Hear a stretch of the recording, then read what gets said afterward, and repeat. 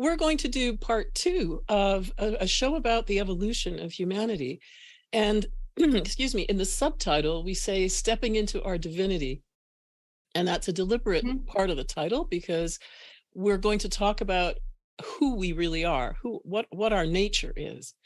And just before we carry on, I'd like to say that we will be doing a 30-minute meditation at the end of the program. So please join us if you're interested. And also, you can follow us on YouTube. You can follow us on Facebook for updates all the time. And once again, thanks for being here. So, Camille, do you want to jump in and tell us a little bit? What is this going to be about? Okay. I'm going to pick up where I left off in the first part, which was in September. And if you're interested in seeing that, you can on the YouTube channel called Message of Hope Weekly. It's episode number 79 under live. So yeah, the evolution of humanity for me is just a really interesting topic because there's so much more to explore about who we are, about humanity, that goes beyond the physical form. And the Ageless Wisdom Teachings, which is a very ancient body of spiritual teachings, offers some interesting ideas about what makes us us and how we've changed over time. So in part 1, we've talked about several aspects of the Ageless Wisdom Teachings as it relates to the evolution of human consciousness. We presented the planes of existence and related it to how the human being is made up from the dense physical plane up to the monadic plane, which is a much finer vibration spiritual plane. We described the human being as being made up of a spark of God at the monadic level. This is our divine self and who we are essentially. And a vehicle, the physical body, the emotional body, and the mental body. And then we have the soul, which serves as a go-between, an intermediary. Camille, can I just interrupt you for a sec? I want to just ask a question about this. You said that the monadic level, the spark of God, is a much finer level. So you're talking about vibration, rates of vibration? We're talking about matter, levels of matter. I mean, the physical plane is the densest level, and it has the matter on that plane vibrates at a lower level than the ones above it. So as you go higher and higher on this chart, the planes of matter vibrate at a higher rate. So they're vibrating faster. Faster, yes. So when you use the word lower and higher, it's not like a value judgment or anything. It's simply talking about a rate of vibration, a speed, in fact, of vibration. Right, yes. And so when you talked about the soul being the intermediary, that because, and I'm just guessing here, that it would be because if the spark of God on the monadic plane is vibrating at a very fast rate, whereas our vehicles, the physical, emotional, mental body, are vibrating at slower rates. A much different rate, yeah. So the two can't really intermesh somehow, like almost like, gears, teeth of a gear, like on a bicycle. They can't mesh together because they're going at different speeds. So that's what the soul does. The soul somehow bridges the soul that. is a go-between. Like it's the middle. It's higher. It vibrates higher than our vehicle, but not as high, not as fast as the spark of God. So the soul steps down the qualities of of divine self in such a way that it can eventually bring it in onto our personalities, the vehicle. Okay, so in fact, what we're saying, what you're saying here is that we are sparks of God. We actually, Yes. that's who Yeah. we are, in fact. Yeah. That Okay. that is who we are essentially. Yeah. We are little gods in the making. Okay. Yeah. So yeah, we explained that. And then we also gave a synopsis of our 18.5 million years as human beings on this planet. And we described very briefly the root races that marked phases in our collective development. We also talked about the existence of a spiritual kingdom on Earth, and we described the masters of wisdom who make up this kingdom and their qualities. And we talked a little bit about their methods for overseeing our evolution. We concluded last time by describing the process of evolution for us, which entails the soul gradually gaining control over the physical body, then the astral or emotional body, and then mental body. And that people can speed up their progress through service and meditation. So we can continue here with the two laws that help to propel evolution. So we have the law of rebirth or reincarnation, and the law of karma or cause and effect. So because it takes such a long time for the soul to establish contact with and gain control over the threefold personality, we need a lot of time to do this. And so we incarnate over and over again, hundreds of thousands of times, according to our information.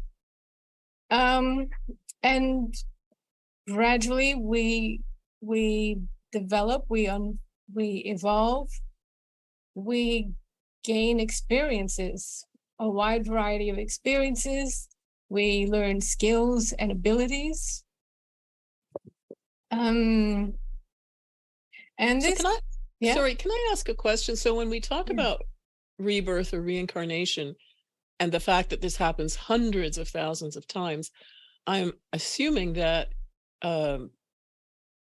we will have the opportunity through all of these incarnations to experience a multitude of different types of lives, different types of situations, being different types of people. That's fascinating because our tendency is to identify so much with the person that we are right now. You know, I'm a woman, I'm Canadian, I'm from this place, I'm like this, I'm like that. And yet, according to this information, I've been many, many, many thousands of people over time, over thousands of years. And that it's almost like science fiction. Yeah, I mean, according to this information we all have, and that's how we evolve. We evolve through experiences and doing and participating in life. So we have been other people previously, and we are who we are now because this is where we can. This is the level that we're at, that we need to. This is the life that will provide us with the lessons that would be most beneficial for us to learn at this time. And so what about the law of karma or cause and effect? So yeah, the law of karma works, simply put, for every action that you take, you set into motion a cause, and the causes have effects, and these effects ripple out, and they make up our lives for better or for worse. And because we live all these lives, we develop karmic bonds with people, and sometimes we develop karmic knots with people that need to be worked out. So these two laws work in tandem, and we eventually learn to live. We have to live in right relationship with each other. That is the goal. So I'm guessing that this, when you talk about developing bonds of karma with people, is that kind of like that I owe somebody because they did me a good turn, or um, I did somebody harm, so I owe them to make up to them, and vice versa? Is that what a karmic bond would be? I think so. Yeah, that sounds right. Both. Um, Yeah. According to the masters, uh, we actually make more positive karma than negative. So that's a nice thing to know. Yeah, it is. Mm. Well, and in a way it makes sense, because I would I would guess that the vast majority of people every single day waking up in the morning, um, want to do better than the day before. I mean, it's kind of built into our nature, this drive Yeah. to achieve or to do better, to An uh, aspiration, aspiration. Exactly. Yeah. Yeah. right? Yeah. So with that in mind, um, yeah, these two laws propel us forward, and we have over 8 billion people alive in the world today. Um, we reached 8 billion sometime in November of last year. It's Wow. pretty staggering. Yeah. Um, this this slide shows 5 initiations. These are great expansions of consciousness that each person must go through to complete the journey in the human kingdom. So these initiations take place during the final several lives of the person's journey. So I'll explain the first initiation. This involves having gained an advanced amount of control over one's physical body, which we developed and perfected over time during the Lemurian root race, our third root race, that lasted for the first 6 million years of our time here on Earth. So this means that the appetites for the body, for eating, drinking, sex, sleep, and rest, these must no longer dominate the person, but must be done in moderation and under control of the soul. So we have approximately 800,000 people who have taken the first initiation. But in addition to that, there are a few million more people who are getting close to taking the first initiation. So, And Camille, sorry yes, to interrupt just for a sec. So, mhm, really, proportionally, like 800,000 compared to 8 billion is a very small number, isn't it? it's a small fraction. Yes. It's a very small Mhm. fraction. But you're saying everybody is moving towards like further development, so that regardless of where we are in our development, we're all going forward all the Yes, time. you can't go back. No Okay. one goes backwards. You're all going forward. Okay. It's just a Well, and matter of the rate. I have a question. Mhm. Centauri, thank you for asking, has asked how much in our lives is due to karmic bonds and how much is from random occurrence? Hmm, Is there that's random interesting. occurrence? I guess is another way of saying it too. Yeah, I do. Um, I'm not sure. I think we before we incarnate, our soul, decides what who our parents are going to be, what lessons we want to learn, and sort of creates certain conditions that that would um, that we need to bring us into the lessons that we need to learn. So there's some of that, but then we have free will. It's up to us how we handle the conditions that we find ourselves in. Um, Well, and I'm thinking about the question about random occurrences. Uh, mhm, in one way, you know, there. I remember when people first started talking about climate change and about the way everything's connected. Uh, I recall there was this I think that was before the time of memes, but it was kind of like a meme at the time. The idea that a butterfly moving its wing in one place would have an effect that could be translated into, you know, weather patterns somewhere else, thousands of miles away. And it was just an example of how every little thing has an effect on everything else. And these were biologists talking about this. They weren't talking about consciousness.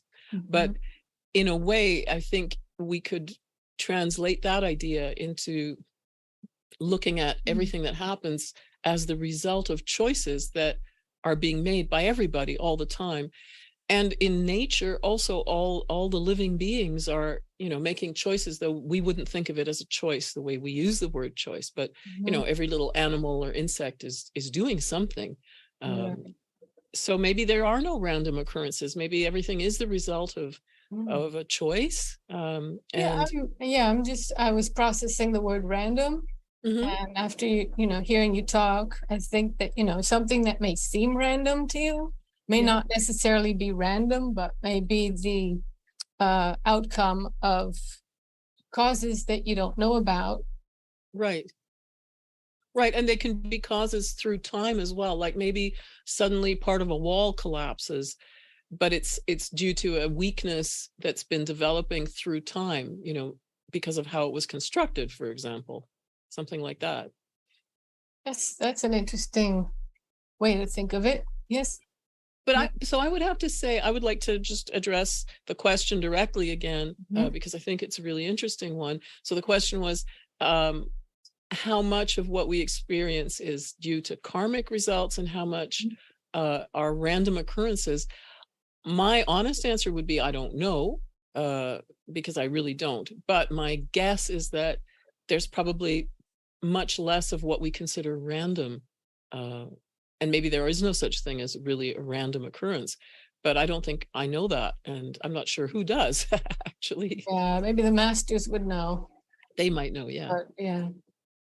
But that's an interesting question. Yeah, it is. I can understand why someone would wonder that. Yeah.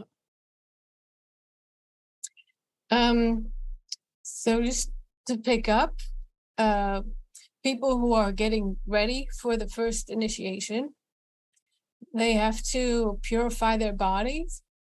And so they will choose a vegetarian diet. Meat has a lowering effect on the body. So one can see in the world a lot more people are choosing a vegetarian diet. Yeah, that's true. Yeah. Yeah. And, I recall being plagued by I was having a lot of angry reactions a few years ago. And at the time I was eating meat. Not often, but I was eating it. And I really struggled with this tendency with anger. And then I thought, what if I just stopped eating meat? Let's see what happens. And it made a huge difference, a really huge difference. So I think there is something to what you're saying, that there's a real effect on our vibration. Yeah. Yeah. So let's go on to the second initiation.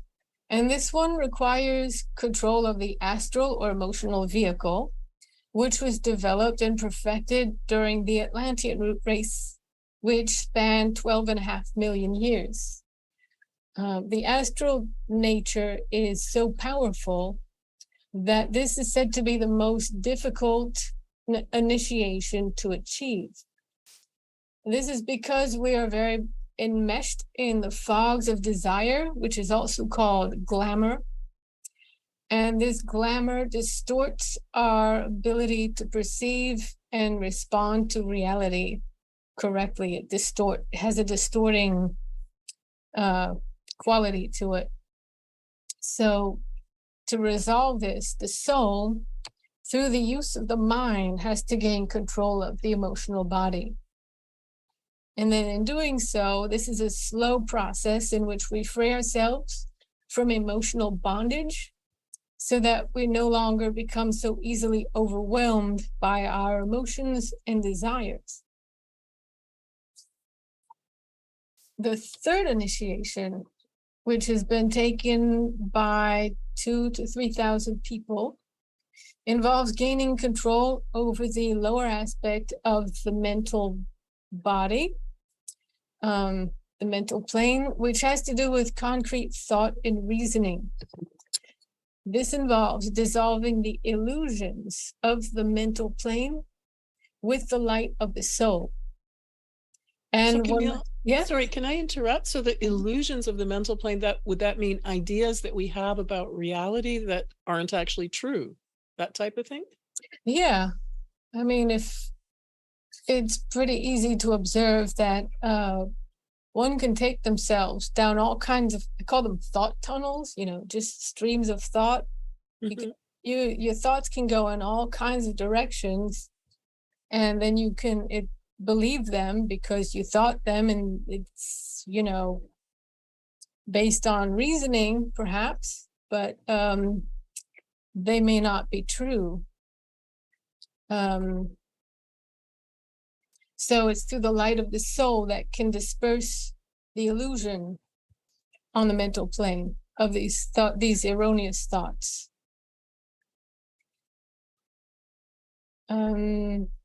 So another thing is that one must demonstrate an integrated personality.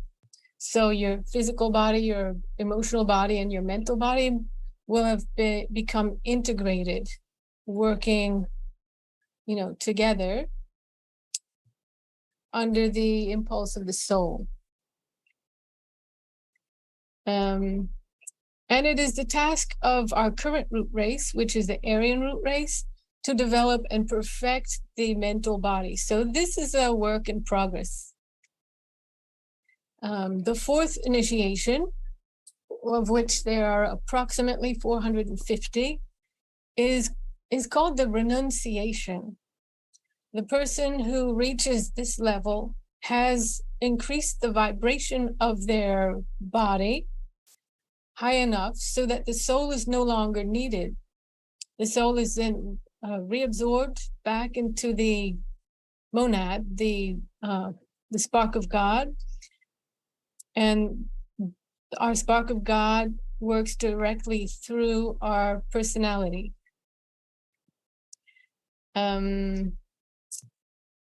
And then after that is the fifth initiation.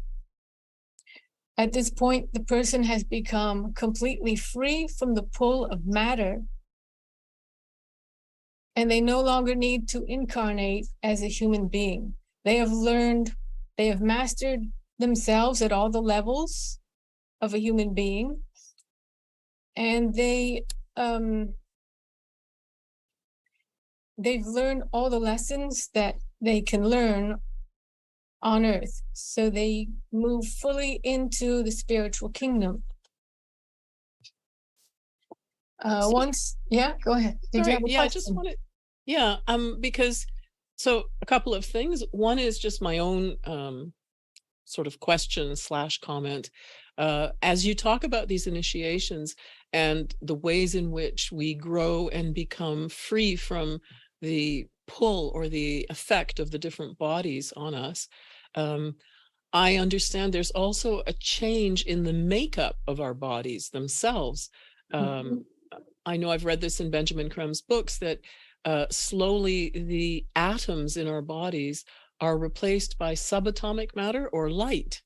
And so literally our bodies are changing over time. And I recall the one concrete type of proportion that he gave was, he said that a person who's taken the fourth initiation has a body that's 3/4 light and 1/4 physical matter.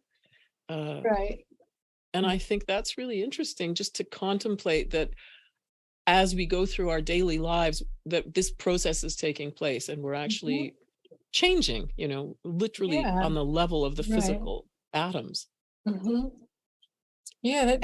I feel like that is the gradual moving towards and into the spiritual kingdom, which is, you think of spiritual kingdom as being light. So you're slowly becoming that.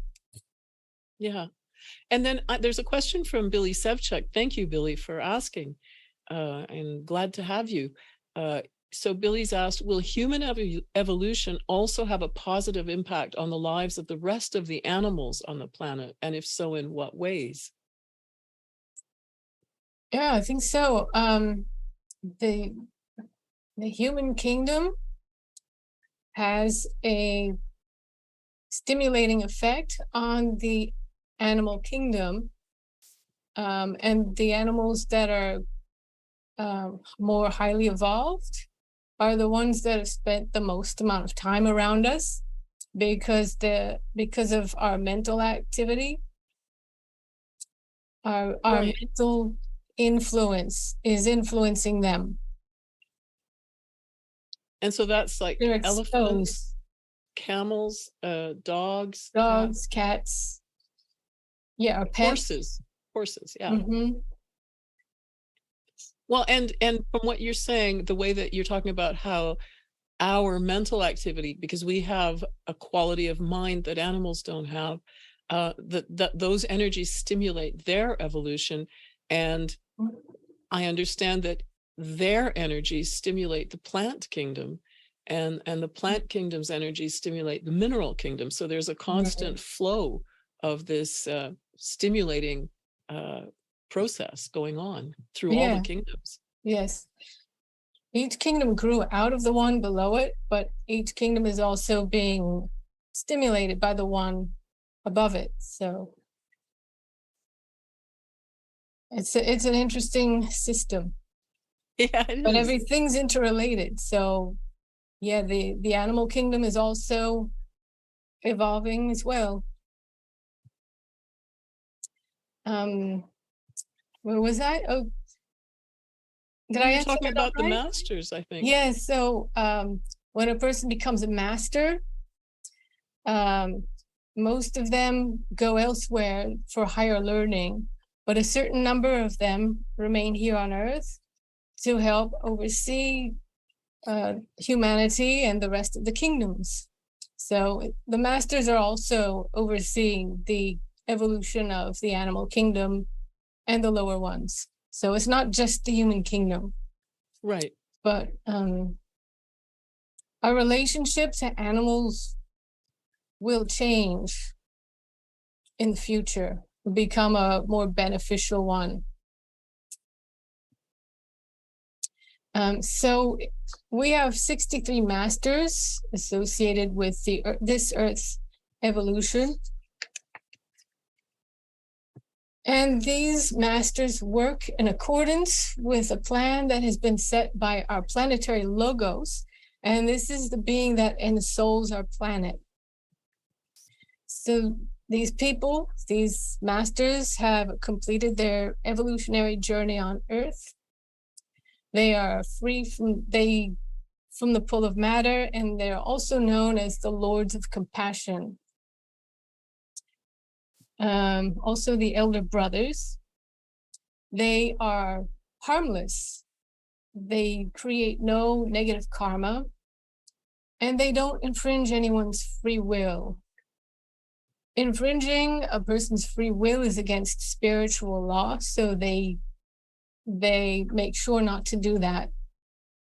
And their consciousness resides on the plane above the mental plane, which is the Buddhic plane, the plane of intuition, where the connection between all things is easily apparent to them.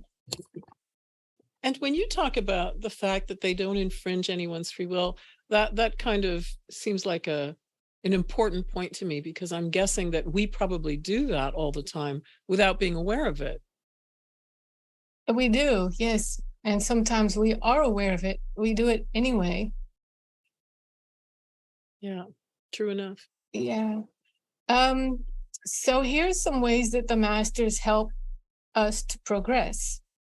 They manage the energies that impinge our planet to protect us from harmful ones, and to send others our way that would stimulate us and help us forward in our evolution. Energies like that include love and will. They place ideas that would advance life on Earth. They placed them on the mental plane, and then members of the human race who are sensitive enough and can reach that level, pick up on these ideas, and then they can bring them into the world. And some of these manifest as inventions and technologies, ways of doing things, structures and solutions to problems. And so, excuse me, I just want to ask about the mental plane. So this is like a plane of matter where mental matter is, or Mental matters, thought, the plane of thoughts thoughts. and ideas. And so the fact that, for example, two people working on a problem in different parts of the world might come up with a solution, the same solution at the same time, without having been in contact with each other, might simply be that they've both connected to that mental plane and kind of received the same idea. So I think of a radio with an antenna. So maybe our minds are kind of like antenna. We're depending on where our antenna reach to, that's what we will be able to connect with and receive. Right. Yeah. And I think of the late 1800s when inventors were developing, were working with electricity and developing forms of electricity, communications, light. These things were, there was almost like a competition between people in the US and different parts of Europe, working on similar things, coming up with inventions at more or less the same time that were similar but a little different. Right. Yeah. So that also makes me think of recent stimulation by the masters that has been towards the growth of various forms of intercommunication to bring us closer together on the outer plane so that we can parallel more closely the unity, the inner unity that exists on the inner plane, the spiritual plane. And this has taken the form of the press, travel, radio, TV, and the internet, and perhaps the more recent developments of like social media and texting, quicker ways, all the different ways we have of communicating with each other instantly. This has been the result of a stimulation by the masters to bring us closer together. Yeah, it's an amazing thing how much we talk to each other these days. Mm-hmm. We're constantly in communication, in fact. Right. Yeah. So,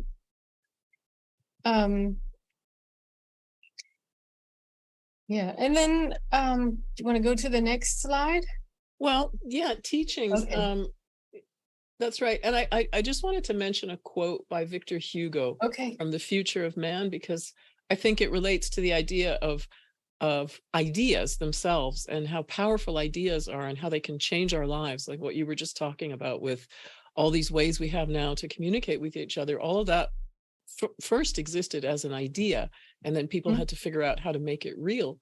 And he said, nothing else in the world, not all the armies, is so powerful as an idea whose time has come. And I love that quote. I think it's very powerful. Yeah. And it makes me think that these ideas, in all likelihood, were placed by a master that people were ready to take and run with. Right. Yeah. So another thing that the masters do is they bring teachings directly to humanity from time to time. And this is a list of some of the historic figures that brought some important idea or lesson for humanity to absorb and put into practice. A master can come personally, but usually they work through a disciple, someone who is a high initiate, a spiritually evolved person. So And you're talking really about a relationship between a master as a teacher yes, and someone else who's a disciple or student of that master. right, right. So for instance, Buddha worked through Mithra and Prince Gautama, and the teachings that these two people brought, they gave rise to religions, Mithraism and Buddhism. The master Maitreya worked through Krishna and Jesus, and Krishna gave rise to Hinduism, if I'm not mistaken, and Jesus gave rise to Christianity, or the teachings of Jesus and Krishna gave rise to the religions that were formed around those teachings. And then when Jesus became a master, he in turn worked through the disciple Muhammad, and the religion of Islam was created around those teachings. So, and as you point out here, Jesus first was a disciple or student of Maitreya, and then later became a master himself. So I'm guessing, for example, all of these people right now that we're looking at on the screen, all these disciples, Mithra, Prince Gautama, Krishna, Jesus, and Muhammad, they must all be masters by now. Yeah, yes. Yeah, that's neat. So these teachers come when humanity is in crisis. They would come when humanity is ready for new teachings. And they will also come during transitions between ages, cosmic ages. And we are living in a time right now when all three of these conditions are in place. Firstly, we are certainly experiencing a series of overlapping crises. We have climate change. We have a pandemic that is still ongoing. There's the rise of fascism around the world, war, violence, refugees, huge and increasing wealth disparities, racial injustice, and all other forms of injustice. The world is rife with these problems. Benjamin Krem, who is the source of our information, described it very well in this quote. He said, "We are experiencing a spiritual crisis that is focused through the political and economic fields. That spiritual crisis can only be resolved by the resolution of our political and economic problems, which are based in a false sense of separation. If we would evolve, develop as a race, we must realize our oneness, that we are brothers and sisters of one family under the one divine source and identical with that source." That's a very powerful message. Yeah. The second condition is that the masters know humanity is ready for new teachings.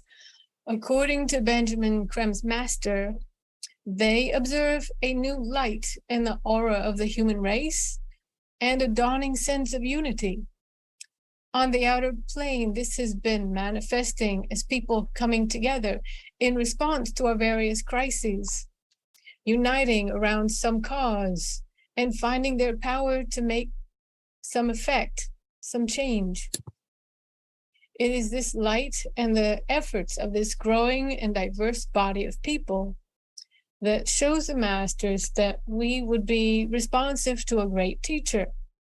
It's the rise of people power that has been a very important development in the world. It sure has, yeah. Absolutely. 20 years ago, this did not exist. It was starting to exist. It was starting to. It was existing, but it's gotten more so, and we're seeing people come together in very dangerous situations, but still coming together to protest Right, like situations. right, like the people in Iran.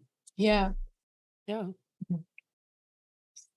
The third condition is that we're also transitioning to a new age. And this is part of a cycle that occurs every 20, 100 years or so. The increments are not equal. But each cosmic age brings in energies and qualities that shape and influence the societies that are created during that time. Transitions between ages are chaotic because the old energies are diminishing. They're losing their strength, and the systems created during that time are breaking down.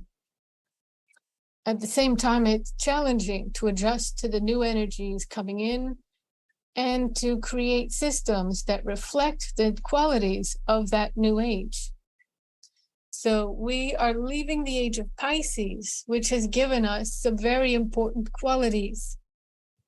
Individuality, idealism, and devotion are not qualities that we had 2,000 years ago. We had a herd mentality. Apparently, we didn't really think for ourselves, but that has changed. And this has become a big step for us collectively. We also have division and fragmentation and fanaticism as extreme versions of these qualities. The Aquarian energy is that of synthesis. Benjamin Creme describes it very well when he said synthesis means the drawing together and creation of oneness, a unity out of disparate parts. You will find that is the aim of the evolutionary process. Unity in diversity, the greatest diversity in the fullness of unity.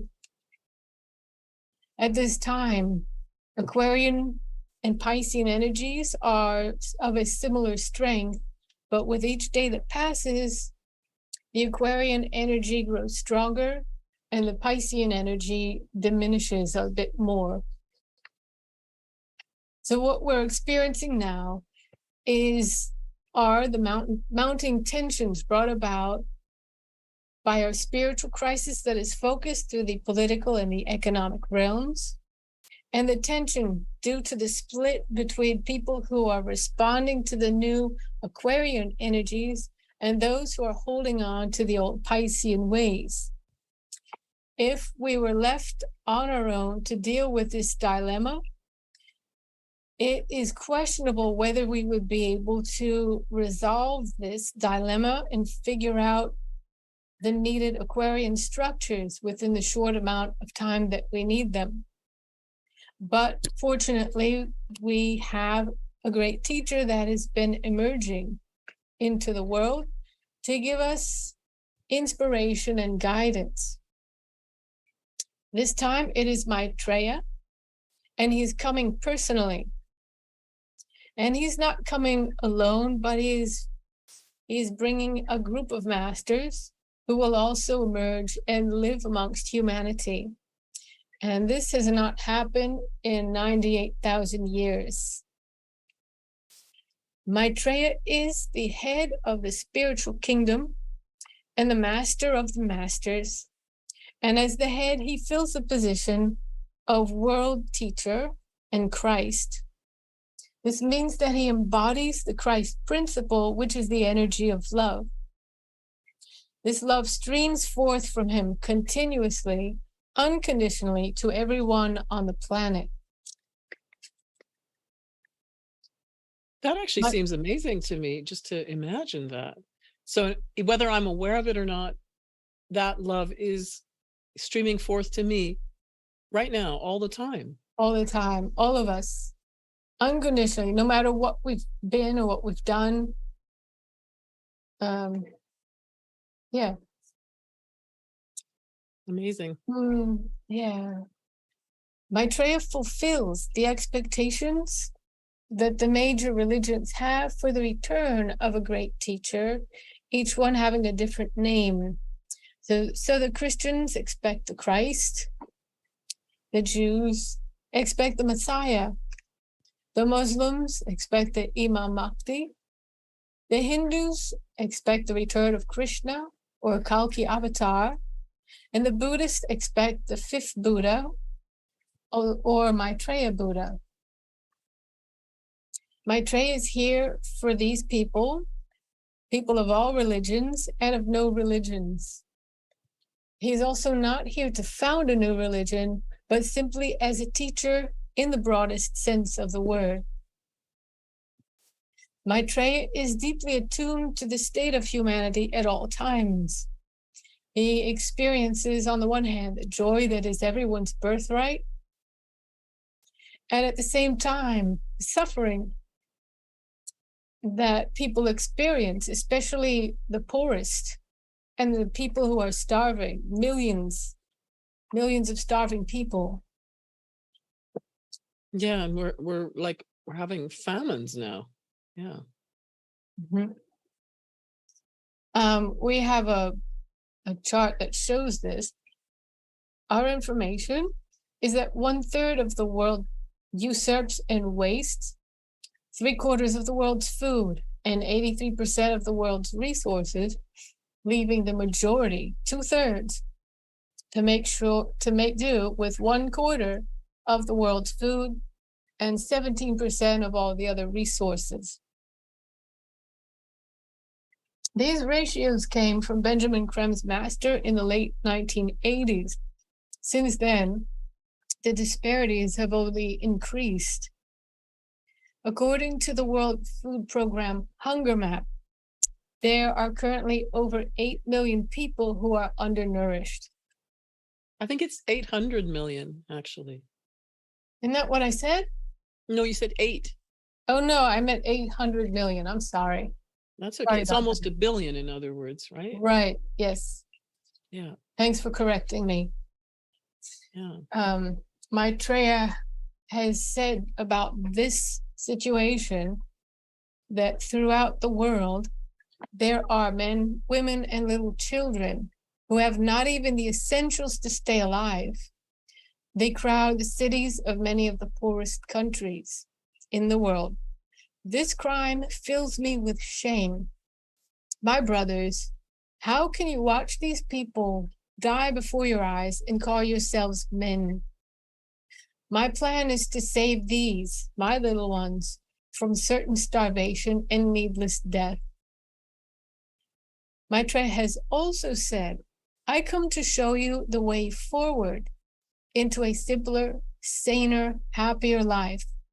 Together, no longer man against man, nation against nation, but together as brothers, shall we go forth into the country, the new country, the country of love, the country of trust, of beauty and freedom.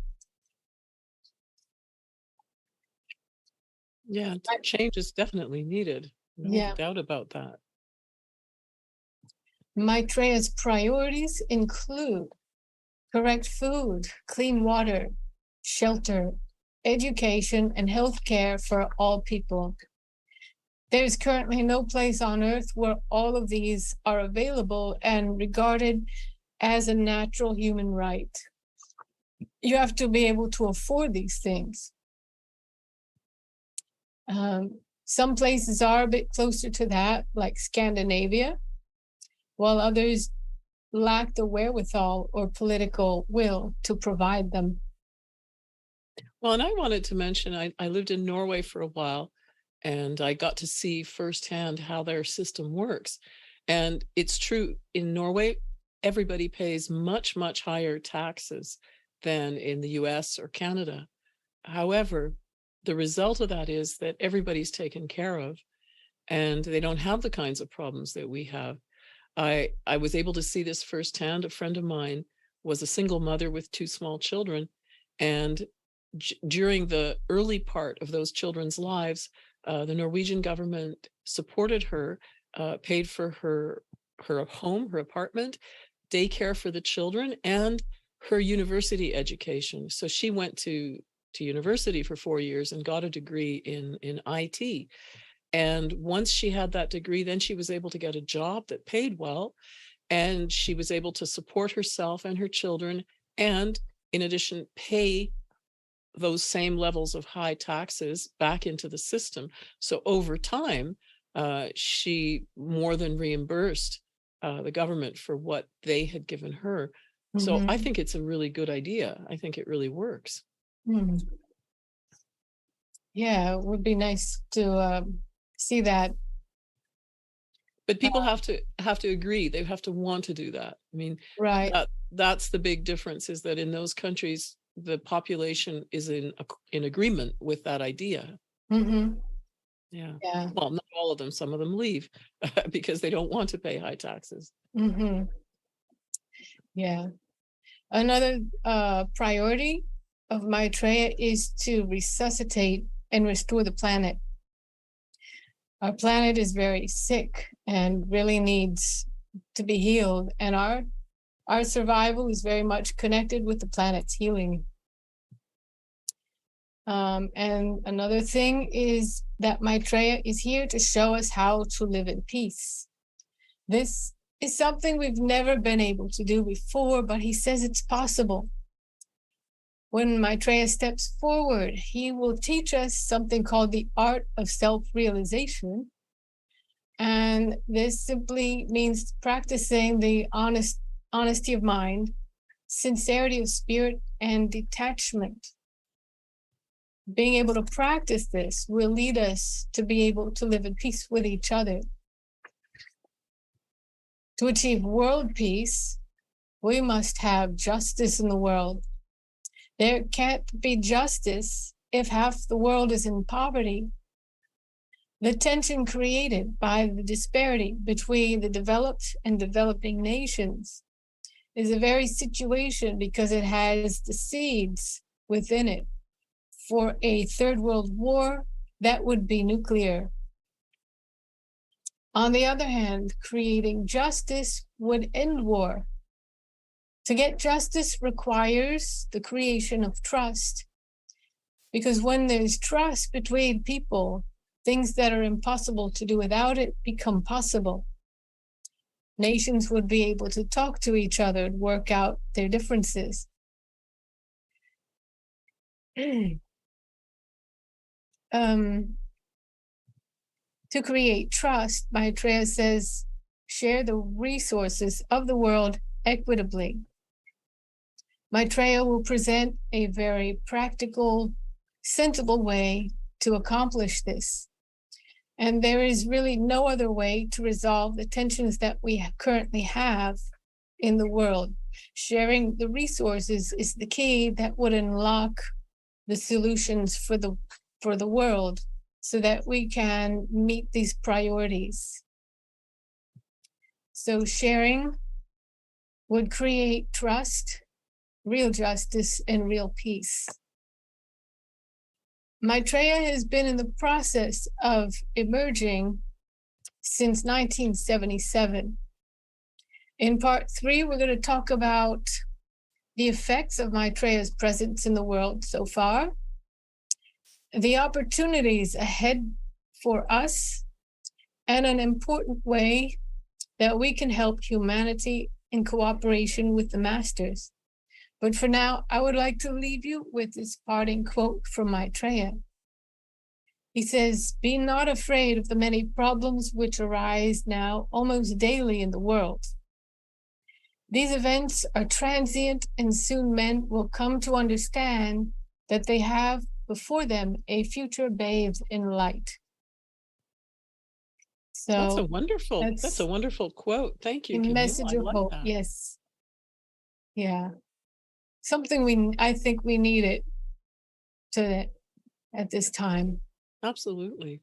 Yeah.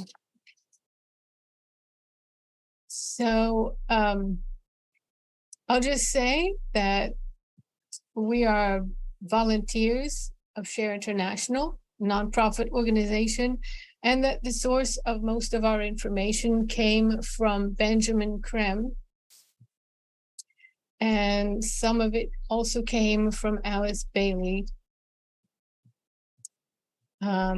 They both put out a series of books. They both had telepathic rapport with a master of wisdom. If you're interested in more information about what we have presented, there are some resources. We have a website, we have a YouTube channel, and we have a website where you could purchase books, and 4 of them can be gotten as free downloads. We also have a magazine that comes out 10 times a year, and you can find that on the same website. Wow, thank you, Camille. That was really wonderful and very complete. It was Oh, great. you're welcome. I'm glad I had the chance to be here and to talk to you about this. And we look forward to part 3. For those of you who want to return for that, please follow us on Facebook and also on YouTube for updates. Okay. And so yeah, Are there questions? Do we want to answer questions, or there might well be some new ones? Let me check in the chat. I see a hand raised. Yeah, Pasha Sharif has a question. Can you write it in the chat, please?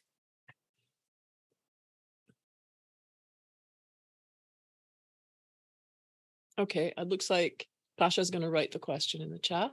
Okay.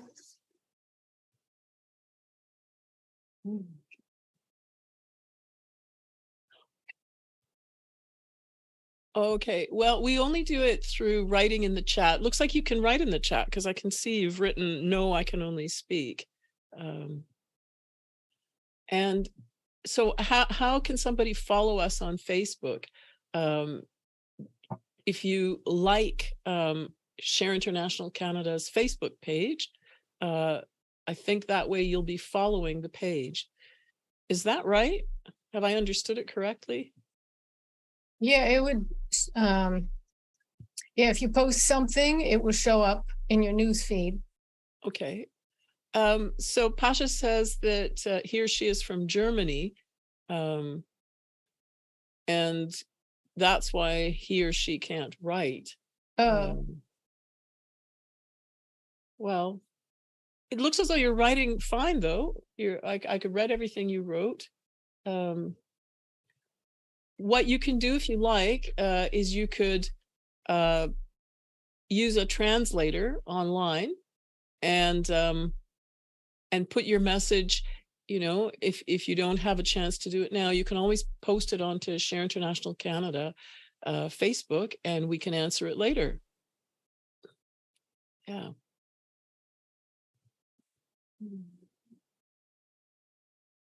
So it looks as though we're going to go on to meditation now.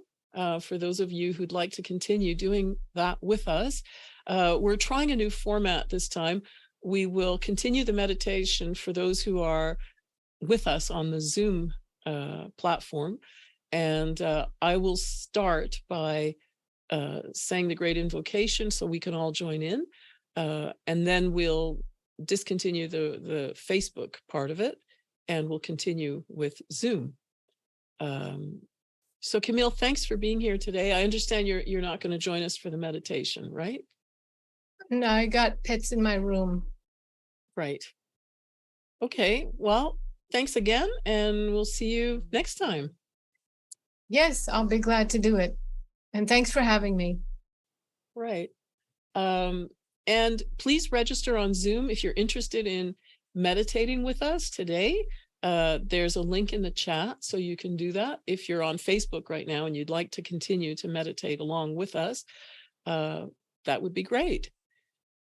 And I'm going to simply go on to describe a little bit about transmission meditation for those who'd like to continue with us. So I'll go ahead and do that. It's a very simple meditation. that is done in groups of 3 people or more. It's not a solo meditation. And the format is extremely simple. We begin by saying a mantra called the Great Invocation. We say it aloud together in unison. And once we've said it, we put our attention here on our forehead at the ajna center between the eyebrows. And if you've never done this before, you can just touch this spot with your fingers to feel what that feels like from the inside of your head. And once you've felt it, then you simply return your attention to that spot whenever you notice that it has gone away. As long as your attention is centered here on this spot, you are in the meditation. And the way to help yourself bring your attention back is by sounding Om mentally, not with your voice, because you don't want to ground it on the physical plane, but in your mind. And that's how you can connect to the meditation if you disconnect, which happens to most of us. It's fairly common.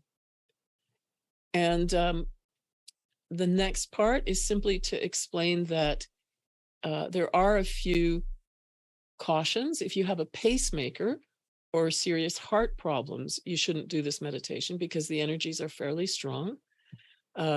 Also, if you have any emotional or psychological imbalances, it's best not to. And also if you're younger than 12, because your chakras haven't stabilized yet. This meditation is something that is done in conjunction with the masters of wisdom who help us by sending energies, spiritual energies through our chakras. And we benefit from that, but actually we're helping them in a very great work that they do, which is to make those energies available to humanity. And so why is our presence a help? It's because since we are in physical bodies, which are vibrating at a lower rate, as those energies pass through our chakras, they automatically get lowered to a lower frequency.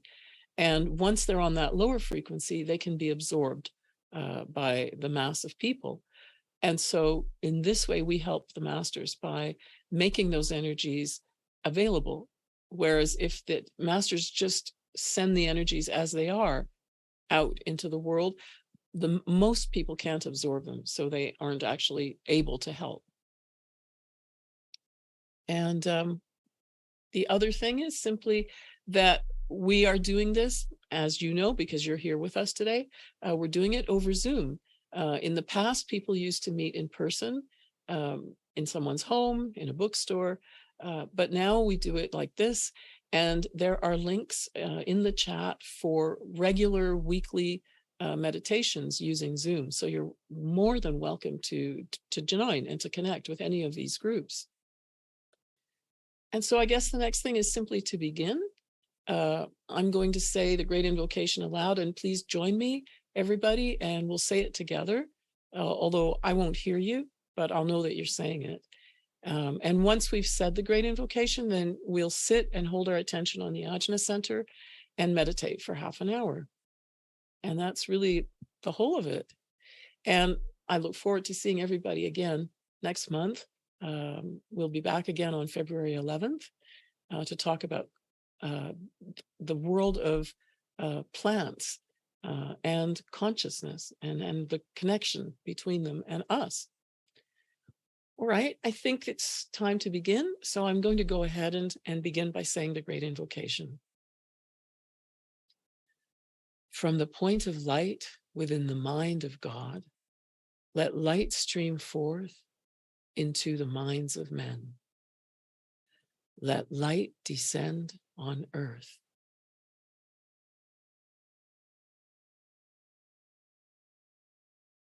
From the point of love within the heart of God, let love stream forth into the hearts of men. May Christ return to earth. From the center, where the will of God is known, let purpose guide the little wills of men, the purpose which the masters know and serve. From the center, which we call the race of men, let the plan of love and light work out, and may it seal the door where evil dwells. Let light and love and power restore the plan on earth.